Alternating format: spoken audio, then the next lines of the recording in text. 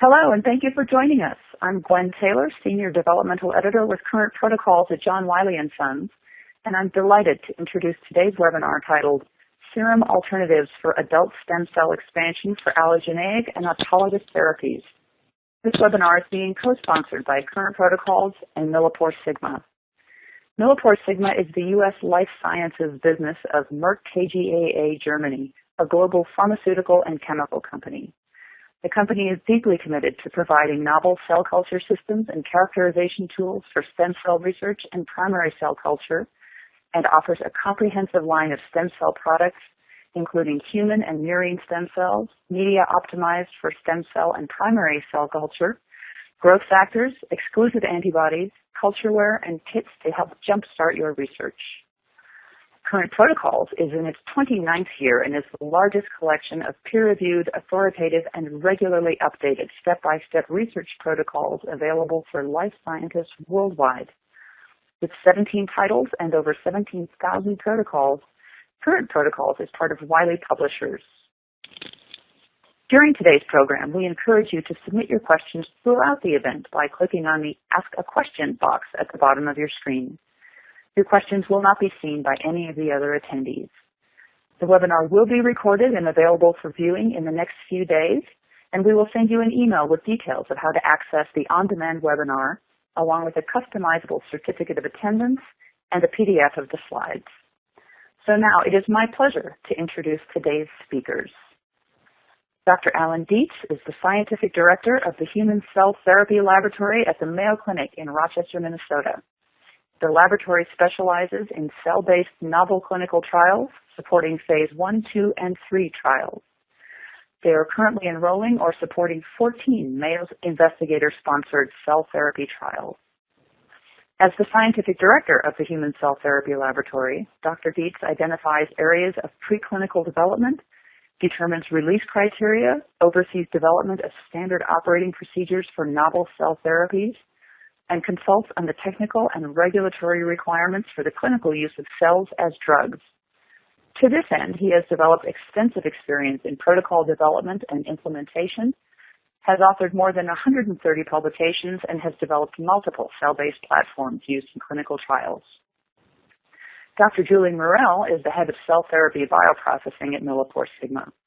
She has led an early technology assessment group for the past 9 years and has been part of the cell therapy activities at the company for 5 years.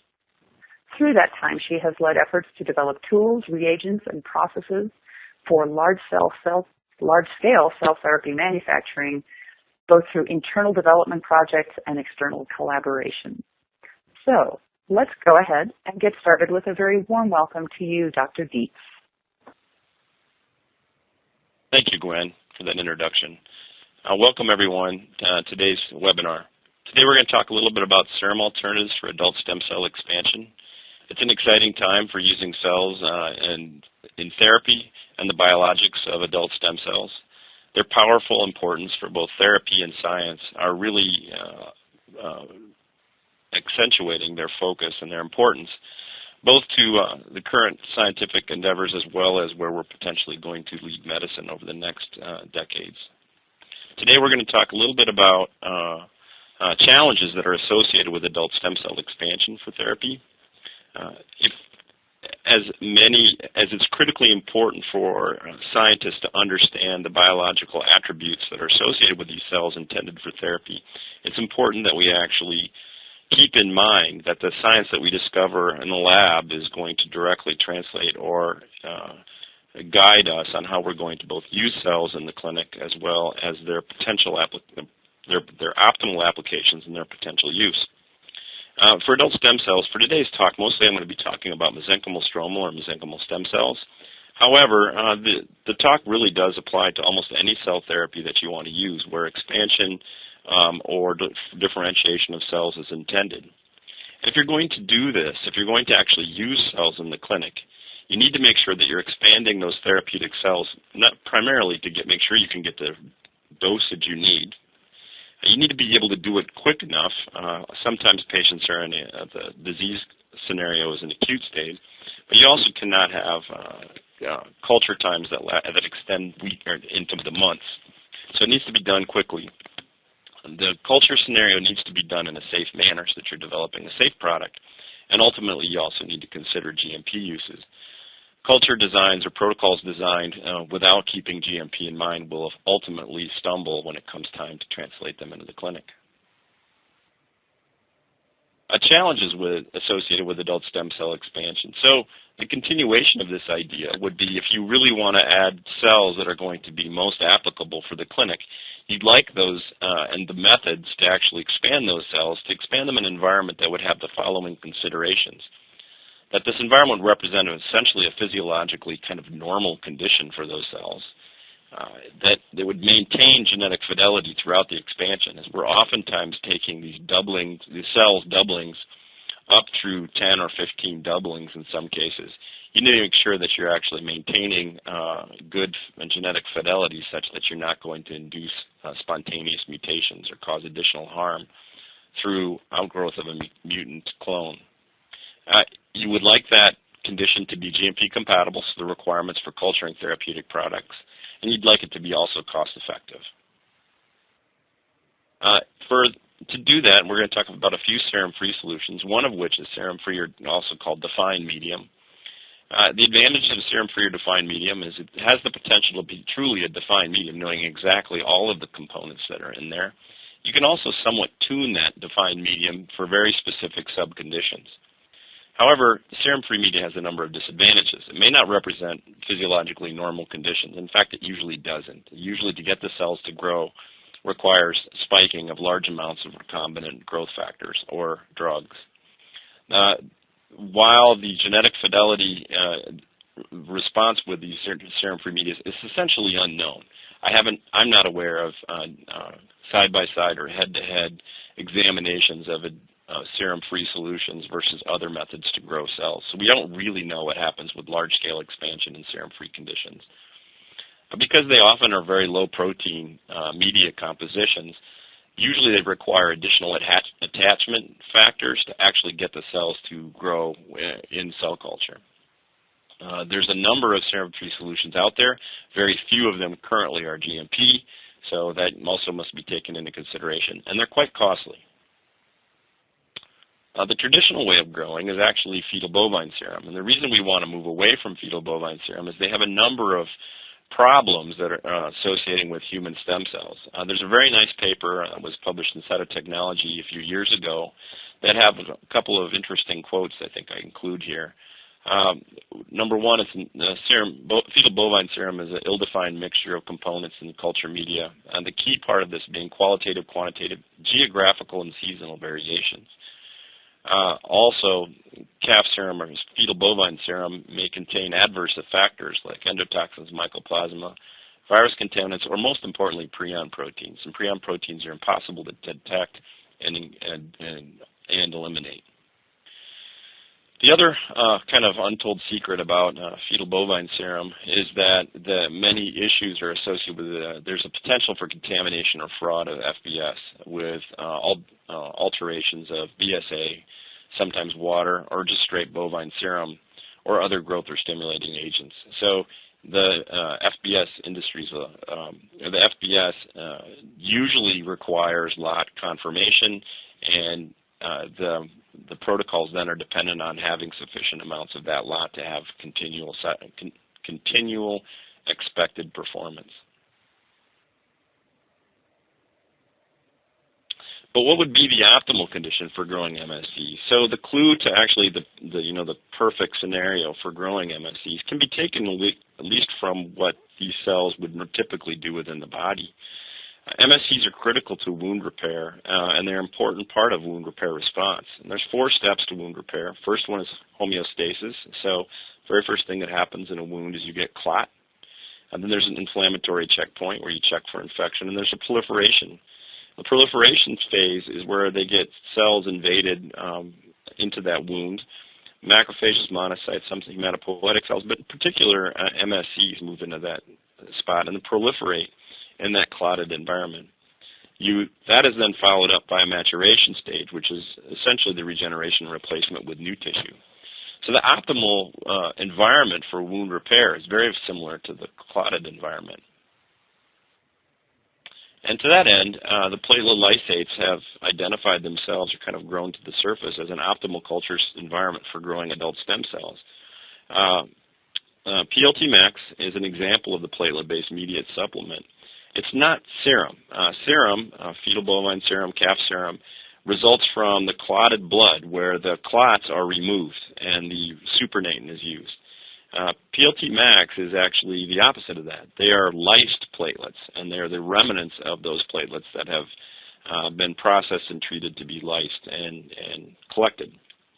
It provides human growth factors, which I think are important and sometimes an under-recognized aspect of the platelet lysates or PLTMax, and that is with the human growth factors, they're going to really enhance the growth for growing adult stem cells. Effectively, it's a liquid clot.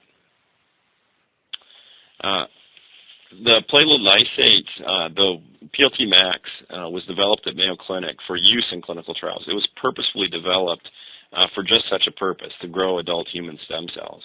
It's sourced from human platelets, available for transfusion. It's sourced from human platelets, which were available for transfusion. So all of the source material were previously tested for human use. There are GMP versions of PLTMax, so essentially data obtained using this material can directly translate into the clinic and allows for a very analogous preclinical data that the FDA has in the past at least accepted as preclinical evidence for its potential clinical use. It's pooled from multiple donors to actually enhance the uniformity.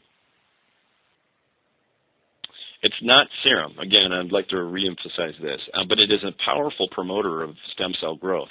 So if you haven't used it before and you have been using calf serum, one of the first things you'll notice is how much faster your cells will grow. In fact, it's about 3 times as fast if you're talking about typical adipose-derived MSCs. It works on both types of MSCs, so there's some indication of, there's some differences in the field for preferential uses of bone marrow or adipose, but it doesn't matter. It works for both of them, and you'll still get the preferential benefit over fetal bovine serum. If you, in the clinic, we have in the past, if you collect sufficient amounts of adipose tissue, we've gotten as many as 300 million cells in 14 days. So it's extremely rapid expansion. That rapid expansion, when we first initiated our studies, actually provided some concern that, in fact, we were mutating, or we were identifying mutants, and mutant clones were potentially growing out. In a paper published in Cell Transplantation in 2011, we demonstrated that, in fact, on side-by-side, head-to-head, using split samples, so 20 adipose-derived human MSCs were split and either cultured in fetal bovine serum for 12 passages, so extensive expansion, or they were put in PLTMax. What we found was the only cultures that actually had genetic alterations, that you can see here, were those that were grown in fetal bovine serum. So we believe that this demonstrates that, in fact, even though you're getting superior growth kinetics, that growth kinetics happens in an environment of very high genetic fidelity. Proteomic analysis, also in the same paper, showed that the contents of these of PLTMax is exactly what you would expect when you do the network expression analysis for wound repair. So you see high levels of regeneration, a response to wounding. You see inflammatory molecules and anti-inflammatory molecules, I should say, and tissue repair. There are high levels of PDGF, VEGF, and FGF, as well as other critical wound and growth factors. There's probably estimated to be over 100 different growth factors found in PLTMax.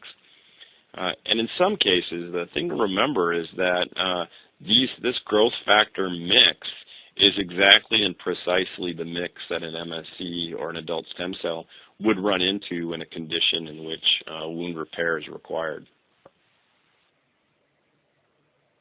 It's in the clinic. This material is so consistent in its ability to grow MSCs that it was implemented into a number of clinical trials. Here at Mayo Clinic, we've treated more than 100 patients had samples grown and expanded, and it's also been used around the world in phase 1, phase 2, as well as phase 3 trials in U.S., Europe, and Asia. So it's extremely reliable, and it has been proven very safe.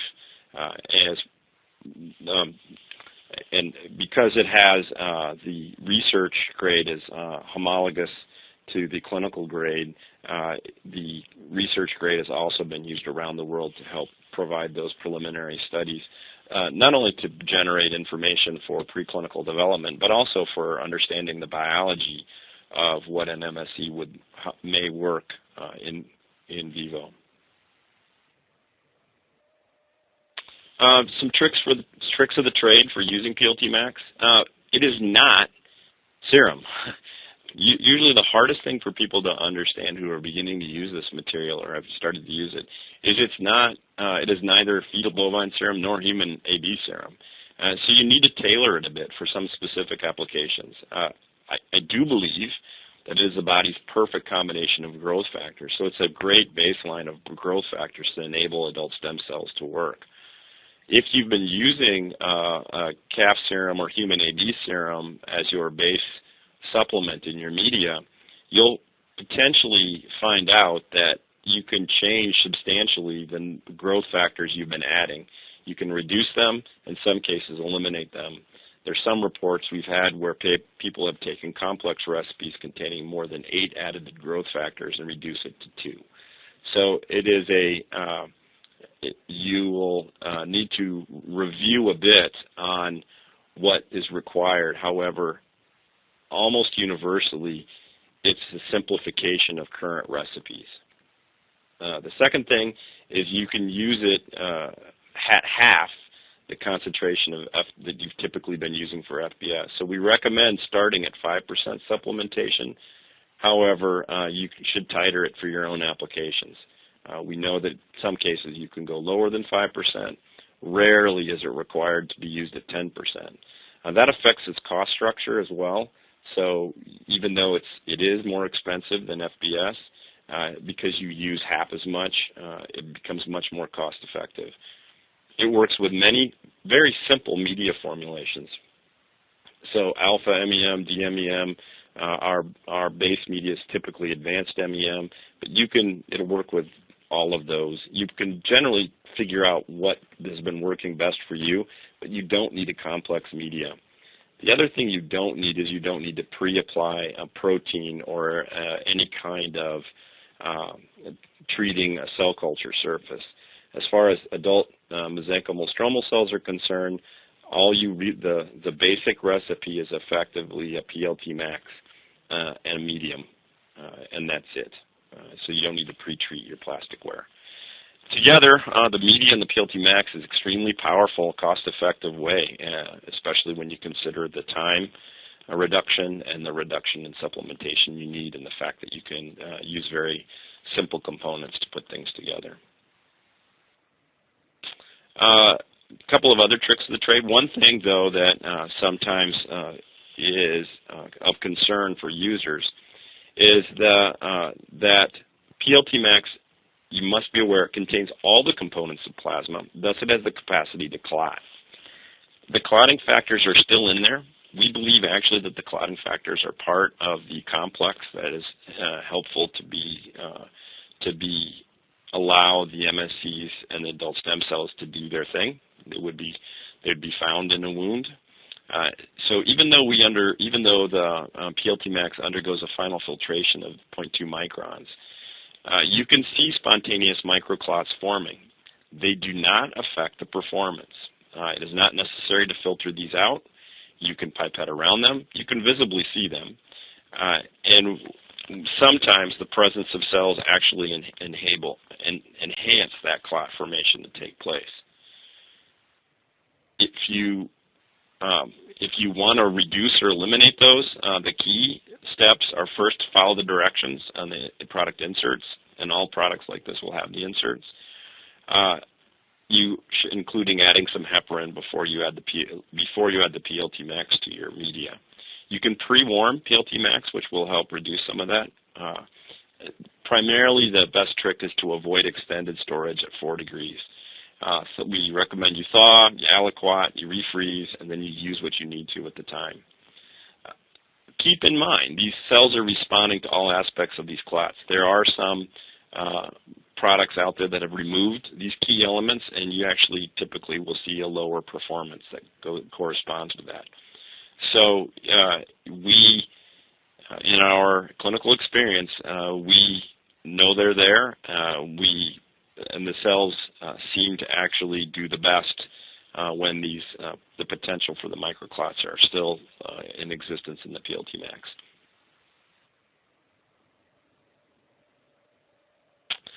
This long-term product stability, because there are lots of growth factors, we recommend -70 storage for 3 years, up to 3 years. So you can store it for a very long time.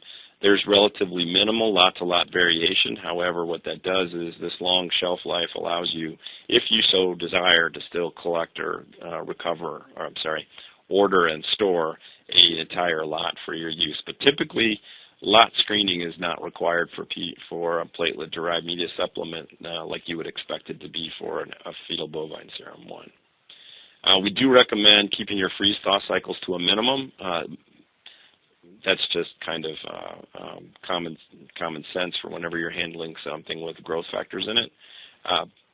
Thawing, you can thaw at room temperature at 4 degrees. We're stable for at least 3 months if you store it at 4 degrees, and diluted in the media, it's at least 2 weeks. The original manufacturer is a company called Mill Creek Life Sciences, and I encourage you that if you have any detailed questions about the science or the technology, that you can feel free to call them directly.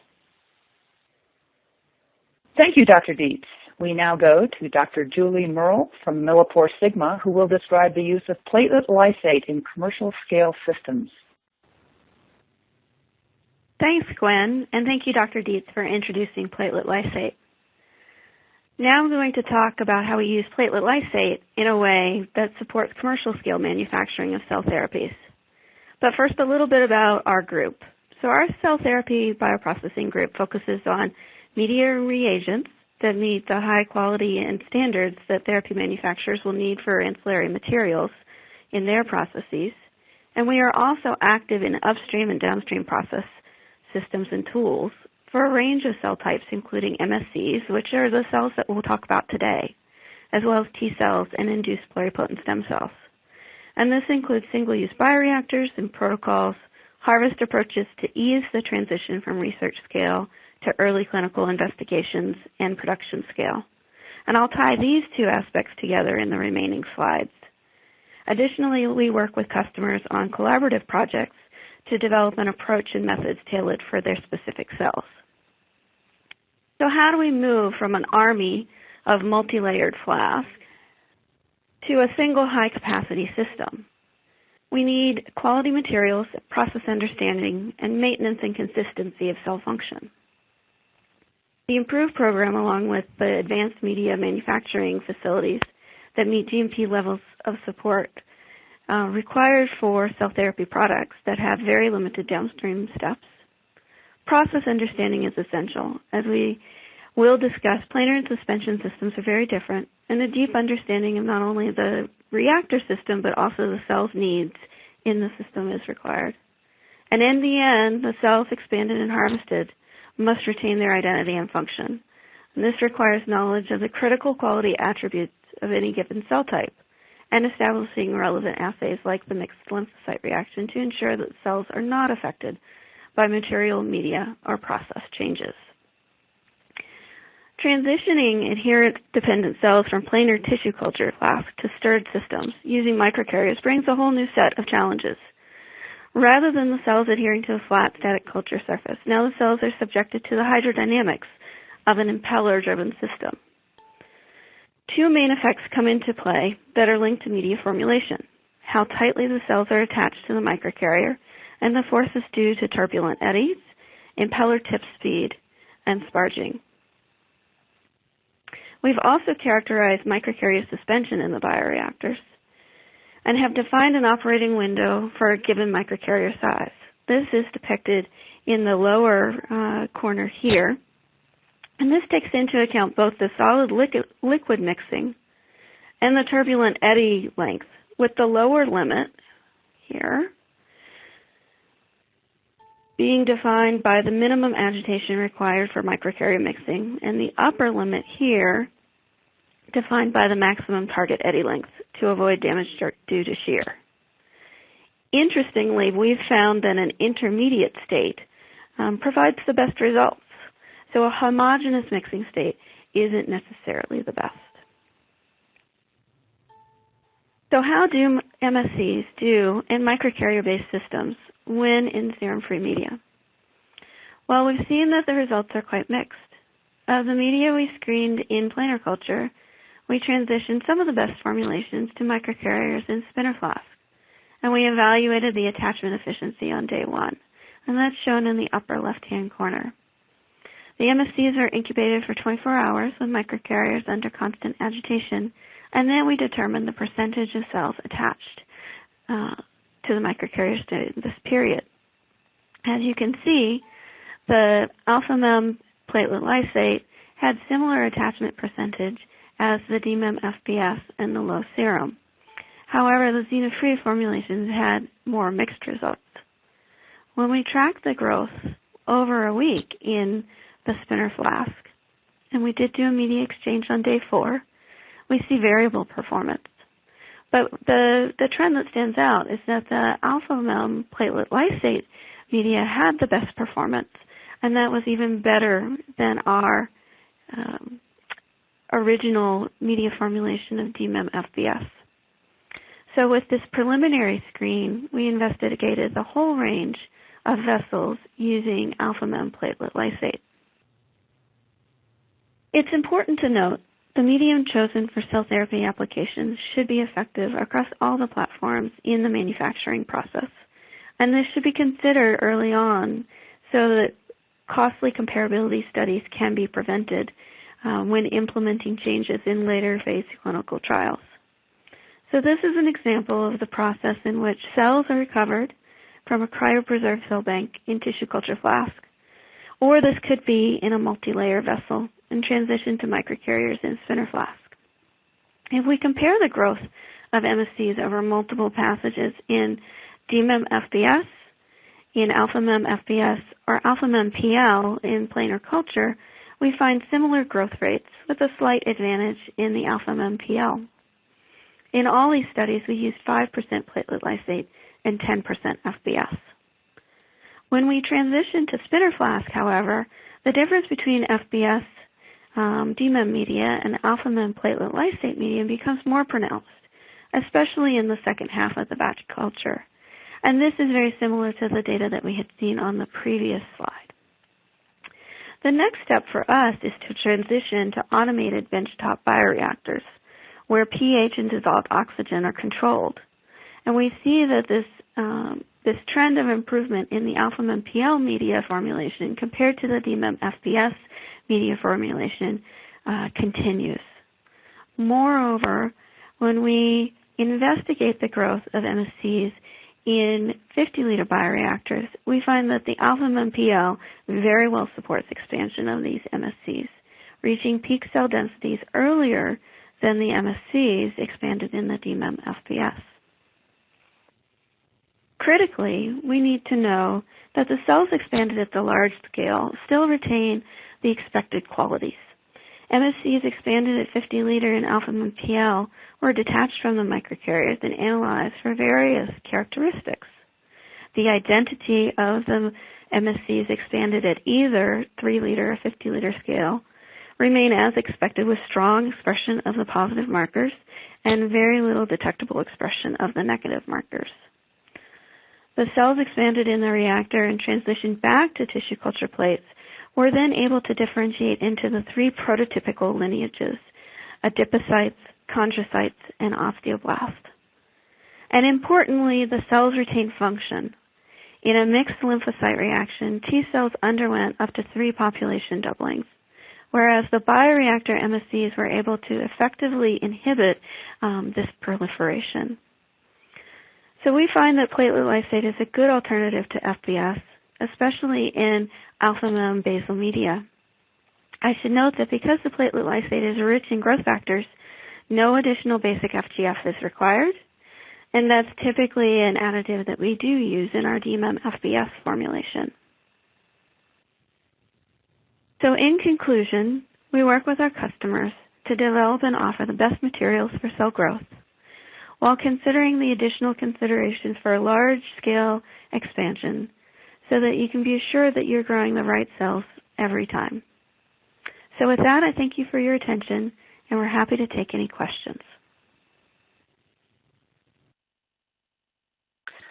All right. Well, thank you very much, Dr. Merle. So let's go ahead to the question and answer segment. So if you have not yet submitted a question for Dr. Dietz or Dr. Merle, now is the time to do so by clicking on the Ask a Question box at the bottom of your screen. So let's go ahead and see what questions have come in so far. First one on the list here, it says, what's the difference between PLTMax research grade versus clinical grade? So perhaps Dr. Dietz, that might be for you? Yeah, I'll take that one. The differences have to do with the additional quality assurance and testing that goes into making a product GMP. The process and collection in the upfront section are all the same. The analysis of the product is the same. So it has to do with the quality standards that are also overlaid on top of the original production of the product.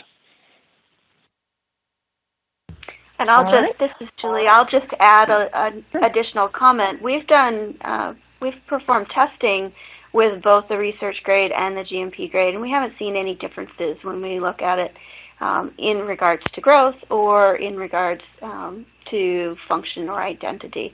So really confirming what Dr. Dietz has pointed out. All right, great.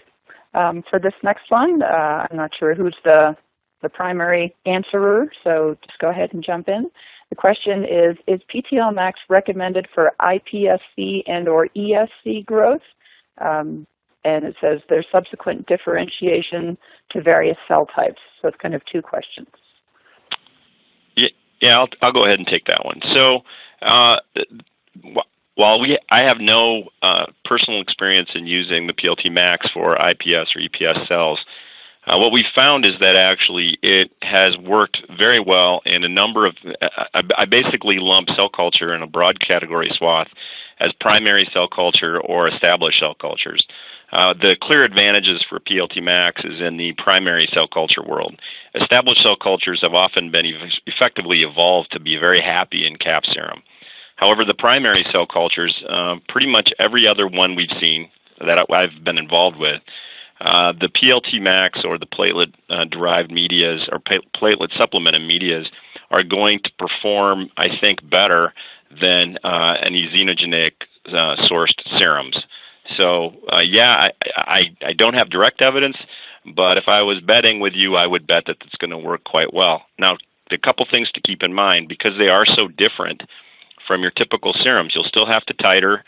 You'll still have to do some, you may not be able to use them as a direct substitute, but you'll probably see improved performance. So you're going to still have to identify how you're going to, you kind of have to go back and with an open mind, go back and look at what percentages of supplementation you need to use and maybe adjusting some of the other growth factors, but I think you'll be very happy in the end.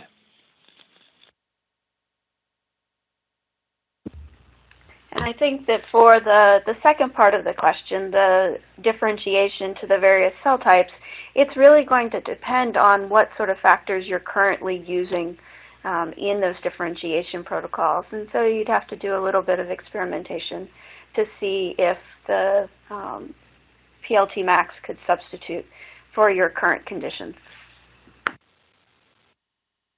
Okay, great. On to the next question.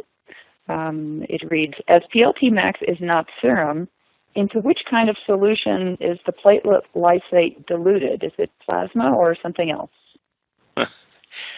So serum is a strict definition of a clotted blood product.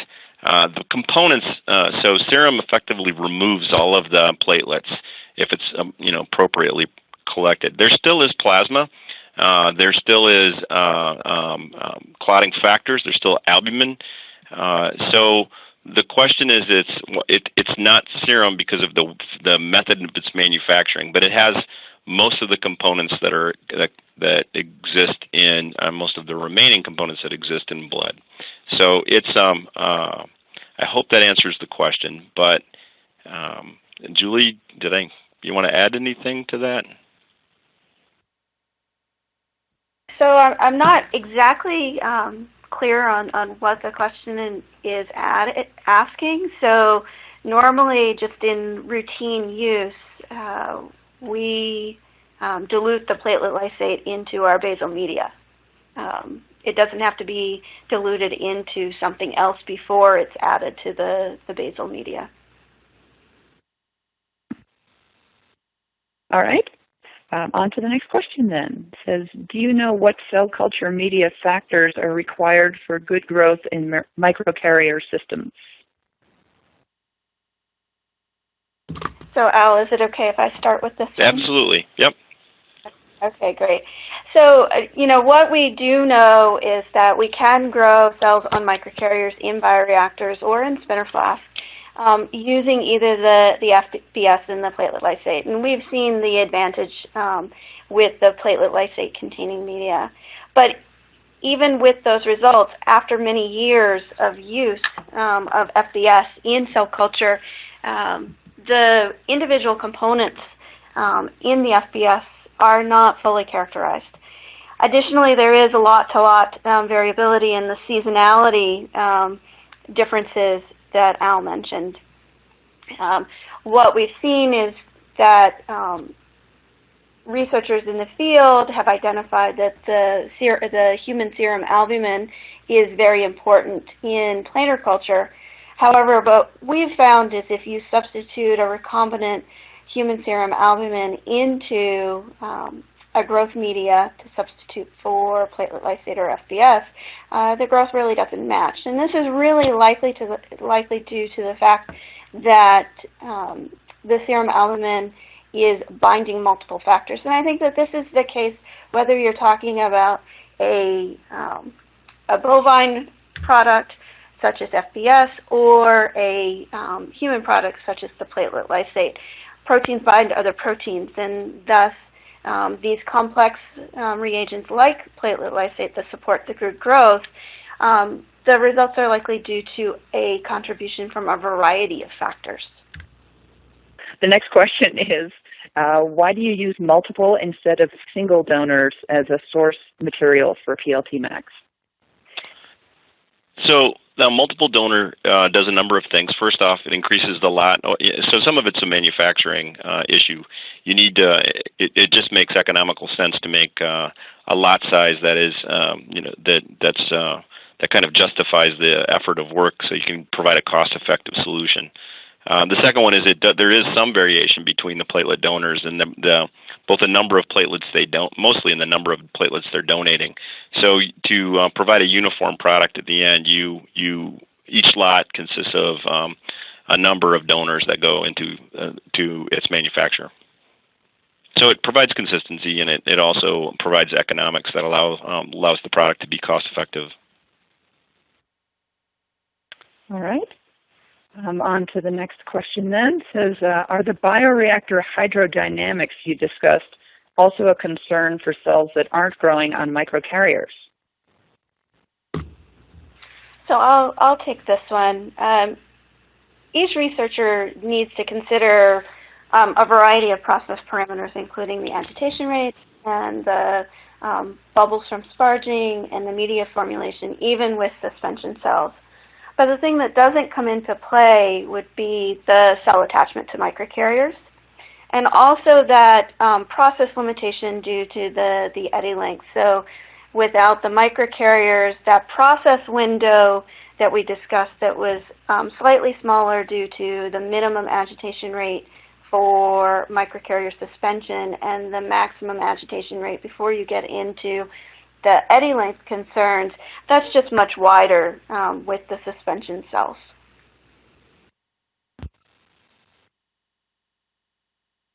All right.